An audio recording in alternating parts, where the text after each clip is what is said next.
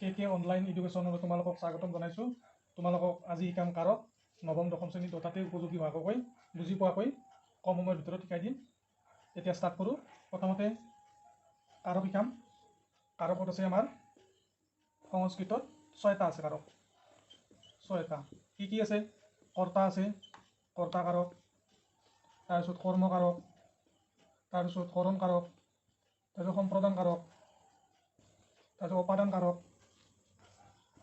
তাৰপিছত অধিকৰণ কাৰক। এতিয়া কৰ্তা কাৰক, কৰ্ম কাৰক, কৰণ কাৰক, সম্প্ৰদান কাৰক, উপাদান কাৰক আৰু অধিকৰণ কাৰক। এতিয়া কৰ্তা কাৰকত কৰ্তা কাৰকৰ লগত আমাৰ কি আছে? বিভক্তিৰ ৰিলেটেড আছে। কেনেকুৱা ৰিলেটেড? যে কৰ্তা কাৰকত কি হয়? প্ৰথমা বিভক্তি হয়, প্ৰথমা বিভক্তি হয়। আখৰি অলপমান এই হৈছে অলপ।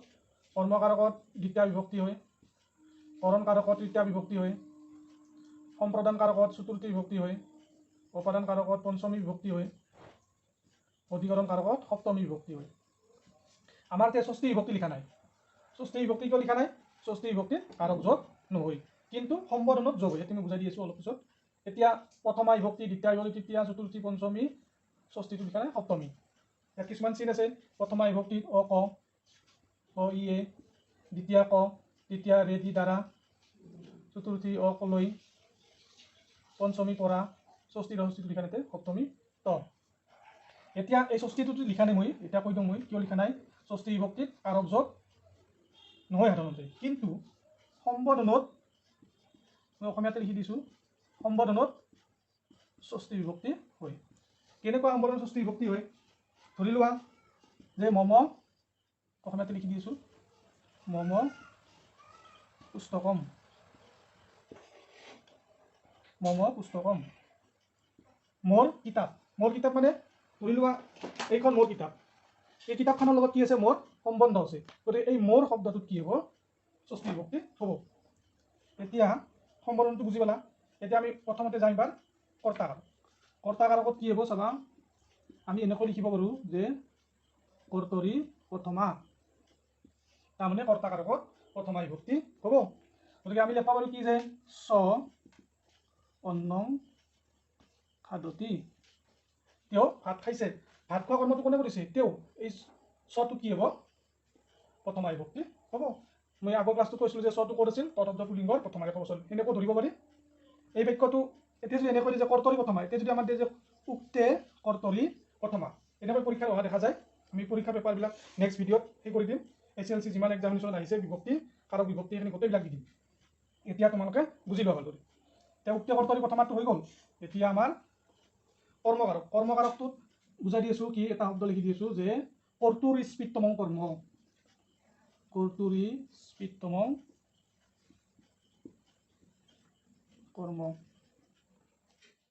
এতিয়া তোমালোক কৰ্তুৰ স্পৃত্তমং কৰ্ম এটি বুজাই দি আছোঁ তোমালোকক। এতিয়া কৰ্তু স্পৃত্তমং কৰ্ম, কৰ্তু মানে আছে কি? কৰ্তা। স্পৃত্তমং মানে আছে কি? ইচ্ছা কৰা। তাৰমানে কৰ্তাই যিটো বস্তু ইচ্ছা কৰিব সেইটো কি? কৰ্ম হ'ব। এতিয়া উদাহৰণটো দিলে বুজি পাবা। উদাহৰণটো ইয়াতে লিখি দিছোঁ, বালিকা বালিকা পুস্তকং পঠতি। বালিকা পুস্তকং পঠতি, ছোৱালীজনীয়ে কি পঢ়িবলৈ ইচ্ছা কৰিছে? কিতাপ। গতিকে যিটো বস্তু ইচ্ছা কৰে, কৰ্তু মানে কৰ্তা এটি, ছোৱালীজনী, পুস্তকংটো কৰ্ম আৰু পঠতি হৈছে ক্ৰিয়া।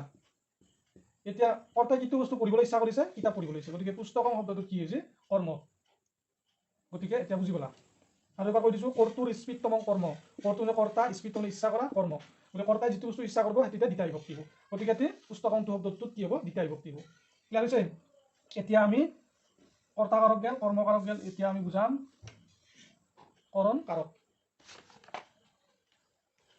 কৰণ কাৰক বুজাম। কি আছে এতিয়া আমাৰ কৰণ কাৰকত?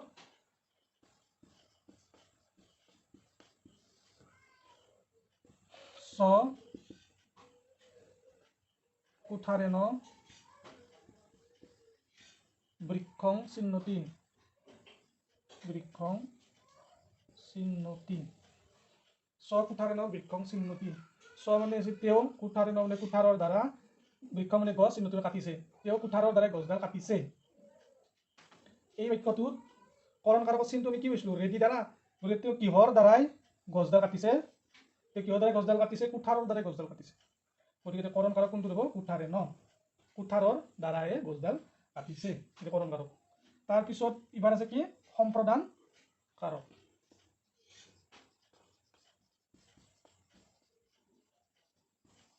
সম্প্ৰদান কাৰক। সম্প্ৰদান এটা বাক্যটো দেখিলে বুজি পায় যে কি দান। দান মানে কাৰোবাক দান দিয়া অৰ্থত বুজায়। কেনেকুৱা দান? ধৰি লোৱা ৰজাই ভিক্ষাৰীজনক কি খাবলৈ দিছে, ৰজাই ব্ৰাহ্মণজনক কি দিছে? গৰু দান দিছে, ৰজাই ব্ৰাহ্মণজনক ধন দান দিছে। গতিকে যিটো বস্তু আমি দান কৰিম, যালৈ আমি দান কৰিম, সেই তেতিয়া আমাৰ কি হ'ব? চতুৰ্থী বিভক্তি হ'ব। চতুৰ্থী বিভক্তি মানে সম্প্ৰদান কাৰক হ'ব, যালৈ আমি দান কৰিম। ধৰি লোৱা আমি লিখি দিম যে কি ৰাজা ব্ৰাহ্মণয় গাং বা ধনং, এইবিলাক ধনং দদাতি। কি কৈছে? ৰাজা ব্ৰাহ্মণয় ধনং দদাতি। ৰজাই ব্ৰাহ্মণজনলৈ ধন দিছে। কালৈ ধন দিছে? ব্ৰাহ্মণজনলৈ দিছে। যালৈকে দিয়া হয়, ৰজা কাক দিছে? ব্ৰাহ্মণক দিছে। সেইকাৰণে এটি কি হৈছে? চতুৰ্থী বিভক্তি, তাৰমানে সম্প্ৰদান কাৰক হৈছে। এটি ক্লিয়াৰ হৈছে? আৰু এবাৰ কৈ দিওঁ, সম্প্ৰদান কাৰকত কি হয়? যালৈ দান দিয়া হয় সেইটো কি হ'ব? সম্প্ৰদান কাৰক হ'ব। তাৰমানে ব্ৰাহ্মণ শব্দটো চতুৰ্থী বিভক্তি যোগ হৈছে। এবাৰ নেক্সট আমি কি পাম?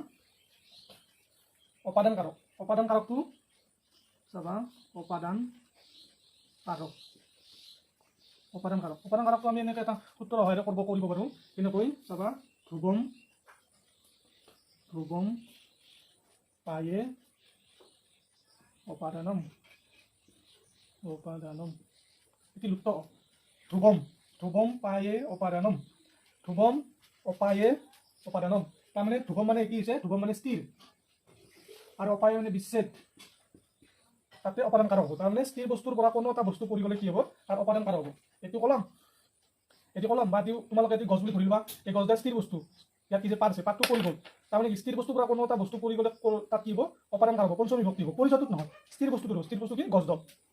চাবা লিখি দিম এতিয়া,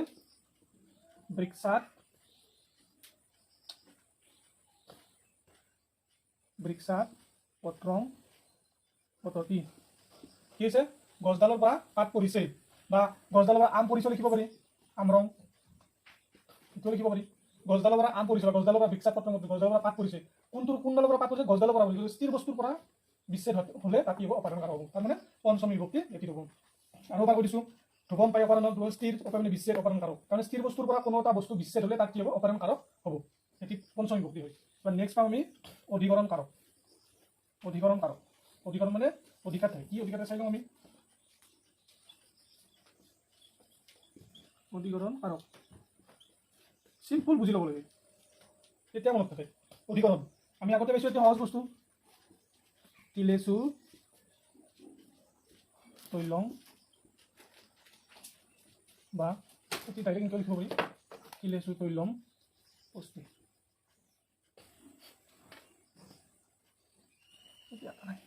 ইয়াত লিখি দিছোঁ, তিলেচু তৈলম অস্তি।